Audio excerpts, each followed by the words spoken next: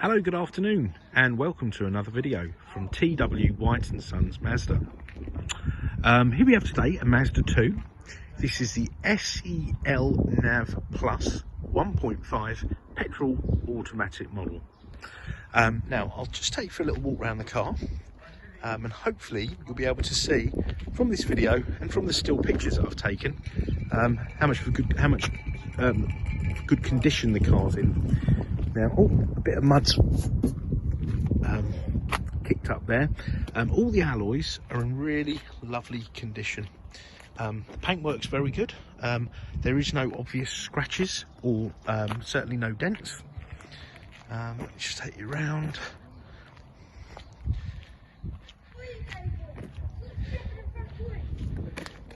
There you go, all the wheels are good, they're not curbed and they're not corroded.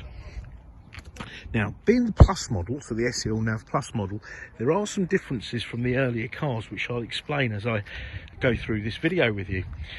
On the exterior of the car, as standard, you'll notice these like buttons, which are the reversing sensors. So that's something that was standard on the Sport before, but now it's standard on the SEL model, on the SEL Plus models. And a few other bits and pieces when we get into the car I shall point out. A lot of people went for the Sport because it had parking sensors and a few other things, but didn't really necessarily want the bigger wheels, the diamond cut alloys or the privacy glass. So this just gives those of you who wanted the smaller wheels, the non-privacy glass, you know, the option to get the lower spec car. Now let me start with the boot. Now, don't worry, there is a parcel shelf, but we've left it in the valeting bay that goes here, okay? But it's a good sized boot, it's family friendly, you certainly get a pram in. There is space for a spare wheel, and the UK cars, spare wheels weren't a standard fitment, probably because not a lot of people would even attempt changing a spare wheel. And it saves weight, gives the car a lower carbon footprint. Now, in the back of the car, so it's a good sort of family car. You've got ISOFIX anchorages for your child seats. Seats fold down should you need that extra space. So you can get two ISOFIX seats in there. All the cars are 5-door. Let me just show you the opening, which is particularly good for getting children in and out of the back seat if they're in child seats, or you know, if I had to take my parents out. They open up nice and wide for easy access. Right, now on the Plus model, so this sort of upgraded model, you've got a height adjustable passenger seat as well as driver's seat. The passenger seat used to be a fixed height. Right, now what I'll do is let's take you to the inside of the car, and I'll run you through the spec. So you've got a height adjustable driver's seat. You've got electric windows and mirrors here. Being a facelifted model, you've got automatic folding wing mirrors. You can fold them in and out manually, but if you keep that in the middle setting there, when you lock the car, they will actually fold in, and you unlock it, they'll fold out. Now what I'm going to do is I'm going to fire the car up, get the engine started, just so I can show you all the features. Now the car comes with 2 keys. They're keyless start cars, so if I put my foot on the brake, this lights up green, press this button and she fires into life. Okay, now I forgot to mention when I was walking around the car the history of this car, because it's always nice to know, you know, where the car came from, etc. Now we've got a branch in Bookham in Surrey, another branch of T.W White Sons. This was sold there from new into the latter part of 2008. It had its first service there, and it also had its second service with ourselves here at the Orpington branch. So it's got full Mazda service history. I think it was last done in December, and the car's covered 21,089 miles. So this is a proper user-approved Mazda, and quite excited about having this. This came over from one of our other branches yesterday, our Bookham branch yesterday. It's automatic, and we just don't get enough automatics on the used car market. Now, remember those? Remember I mentioned earlier about this being a facelifted car, being like the Plus model. Now, the Plus model comes with automatic wipers, which is really useful, and automatic lights. Now, that's something that was standard on the Sport model, but not on the SEL, so you get that. And this one also has climate control, whereas before it would have manual air conditioning. So as I say, you'll see others that'll have manual air conditioning. They won't be the Plus models. Okay, so that's a nice feature. So you've got climate control, the auto lights, wipers, the parking sensors. I think it really complements the spec, and of course then you get the benefit of the smaller wheels, so the better ride on the SEL model cars. This is a 6-speed automatic gearbox. Okay, you can drive it manually should you wish to do so. I don't know why you would. And I just want to emphasize, this is a automatic gearbox in the more traditional sense. It's seamless, it's smooth, it doesn't roll back on hills. A lot of manufacturers, and including Mazda in the past, have employed like a semi-automatic box to get lower emissions, basically. So it's like a hybrid, but they were jerky, they were difficult to operate, they roll back on hills, and people were really put off by them. So this is a seamless auto gearbox in the traditional sense. You have a sport setting as well, which makes the gear changes, I suppose, a little bit more aggressive. It will stay in gear longer. Right, and down here you've got a CD player. That's not that could be seen to be not a big thing, but I know a lot of cars these days aren't coming with them, so I'm always making mention of that. You've also got USBs here for charging, a 12-volt socket for charging, and the USBs also read data. Okay. Right, so the car, even being a little car, it's got cruise control to keep your speed constant and save you fuel, and prevent you from doing illegal speeds, for example. You've got your volume controls here, you've got your trip computer here, which will tell you your MPG and remaining miles, etc. And you can answer a call and decline a call here. And on the steering column, up, down, in and out. Okay, so you've got that there. Now, I'm going to show you this. This is Mazda's MZD Connect. Now, this basically is your telephone, your car settings, your sat-nav, and your entertainment. Now, down here, this is, I believe the official term is the Multimedia Commander. I call it the human interface.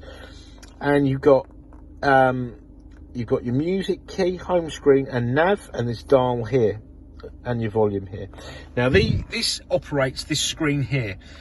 This screen is actually touch screen. However, once you start moving, it no longer is, for obvious safety reasons. I would suggest getting to grips with this to save you getting grubby finger marks on here. So, if I take you to the home screen, applications, fuel economy monitor, etc. Okay, vehicle status monitor, so it'll tell you when it needs a service. If you're low on fuel, it will come up, and your fuel economy monitor will give you an idea of your MPG. So I think I must have reset this whilst I was here, down here, 2.7 miles per gallon. Obviously, the car will do a lot more than that. A car like this, you're looking at sort of high 40s, I would say, is a realistic figure. You'll see statistics that say a lot more. I would say it's a realistic figure. Round town, you're probably looking at 45 miles to the gallon. On the run, obviously, much more, but these are a very frugal little car. Now, the car has an intelligent I-stop, so I-stop system, intelligent stop, which will turn the engine off when you're in traffic, when your foot's on the brake, providing the car's engine, battery and air conditioning are all running at its optimum. So, for example, the engine has to be warmed up correctly before the engine will shut off. The battery needs to be charged, and your aircon actually needs to be off. Okay, so when all those things are working as they should, like they're all up to spec, when you're in traffic, the car will switch the engine off, which will save fuel lower emissions, you know, and ultimately save you money. Okay, so at the moment it's not ready for that operation because one of those factors aren't 100%. Okay, so let's go back here. Now I do want to just mention on the apps, you can actually add a couple of apps there. You can add Apple CarPlay and Android Auto, which will mirror your phone to the screen, and then you can use like your navigation apps and music apps, etc. On the music side of things, so you've got FM, AM, DAB, AHA, Stitcher, Bluetooth. So once the car's paired via the Bluetooth, you can play your music, etc. through it. And then you've got your USBs as well. Okay. DAB, actually, I just want to go back to that. DAB, if you've not experienced DAB, has something for everyone on here. It's updating the list, so we'll come back to that. Okay, and then communications. Once the phone's paired up, you've got your call lists, text messages. If you've got an Android phone, it will read the text messages to you, your phone book, etc. Okay, and next icon, your navigation. Now this can be set by putting in your postcode. Yeah. Okay, if you don't know the postcode, you can search by town, street, etc. and whittle it down that way. And for example, when you're on the road, you can search, I don't know, a restaurant. I'd love to sit in a restaurant right now. Round here, give you all the local eateries. So that's really good for like places of interest, car parks, fuel stations. And you can also set up a Wi-Fi hotspot from your phone, so the car's connected to the internet. It uses very little data, and then if you check for fuel stations, it will also give the price of fuel, and also when you're travelling along on one of your routes, you'll get live traffic updates. Okay, so hopefully that's all right. Now I don't want to go on too much and bore you, so back to settings. Okay, onto settings. So you've got display settings, so you can turn that off in case that's distracting you. You know, late at night it might be a bit bright. Safety. Now I need to mention a couple of things. Obviously the car's got parking sensors, which is fantastic, which by the way, you put it in reverse, you get a bleep, and you also get this little picture up here, and it will tell you what angle, you know, the object's coming from, etc. All right. Smart city brake support. So you've got a camera up there, and it will track the car. Track the car. So with the cars, sorry, I should say track the car. It will track any objects in front of you. If you're doing under 20 miles an hour, so say for example you're in traffic, you're distracted, you're looking out the window, you've seen something. If your car rolls, you're doing under 20, it's creeping along, and it gets too close to the car in front or a person, an object, the car will brake. Yeah. Now this has actually saved me from hitting low walls, etc. Now, even if you don't require that, if you're like, you know, perfectly competent driver, that never happens to you. The great thing is, by having that in the car, which this car has, it'll lower your insurance grouping of the car, and in turn saves you money on your insurance. Another great thing, the car has lane departure warning system, and what that does is when you're driving along, if you don't indicate and you change lanes on a motorway, dual carriageway, the car will warn you. It can warn you by either a beep or a rumble, so like you've hit a hard shoulder, or a bleep. You can change the warnings, you can make it, you know, a little bit more sensitive. Now if it's really irritating you, there's a quick key here to turn it off. But these things are amazing, they're really good. I've got some old cars myself, and I miss these things in those cars, you know, and have sometimes, you know, almost reversed into that, or, you know, almost pulled out on that person, etc. Also, the car has traction control, so there's a real safety focus. Traction control, keep you, you know, on the road best possible way, safest way. If you were braking, keep you braking in a straight line. So there's your lane departure warning. Eye stops, if you don't like your car turning itself on and off in traffic, you can use that there. And the car has tyre pressure monitoring. So look, I'm going to press this button, and you see out there, see that symbol there? That symbol will stay on constant. Yep. If your tyre pressures fall more than 4 psi. So say they're all set on 30 psi and they get to 25.9, that will flag up just to say check your tyre pressures, which is a great thing because a lot of us, certainly myself, would only check my tyre pressures, you know, if the car felt a bit strange or the tyre looked soft, right? And you know, 4 psi, 3 psi, 2 psi is nothing. You may not even notice that, and that will affect your fuel consumption, your road holding, your safety in general, your braking. So something that's I think is a fantastic feature and all cars should have. Right, now I've probably forgotten a few things and I do apologise in advance, but I don't want to go on too long. If there's any more specific photographs or videos you'd like on this car, please don't hesitate to ask. If you want to know more specifics on the history of the car, please don't hesitate to ask. Part exchange is extremely welcome, and we don't just sell second-hand used Mazdas.